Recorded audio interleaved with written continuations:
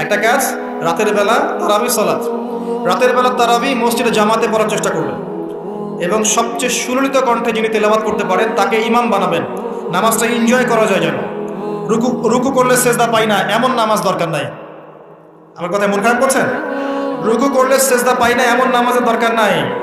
ধীর স্থিরভাবে নামাজ পড়েন, মধ্যম পন্থায় নামাজ পড়েন, সুললিত কণ্ঠে তেলাওয়াত করেন। মক্কার তারাবি দেখেন, মদিনার তারাবি দেখেন, অনেক সুন্দর তারাবি হয়। রাকাত সংখ্যা নিয়ে ঝগড়া করেন না। সামনে একটা ঝগড়া আসবে, 20 টাকার না টাকার, তারপরে আবার ঝগড়া আসবে, ঈদের তাকবীর কতটা, আর ঝগড়ার তো শেষ নাই। আস্তে আস্তে আস্তে আস্তে ইসলামের বিরোধী শক্তি যারা, তারা বিশ্বের নেতৃত্বে তাদের আসনে চলে গেছে, আর আমরা আপোষে এই মারামারি কাটাকাটি ঝগড়া নিয়ে পড়ে আছে। বিশ্বাস করছেন? এই হচ্ছে বাস্তবতা।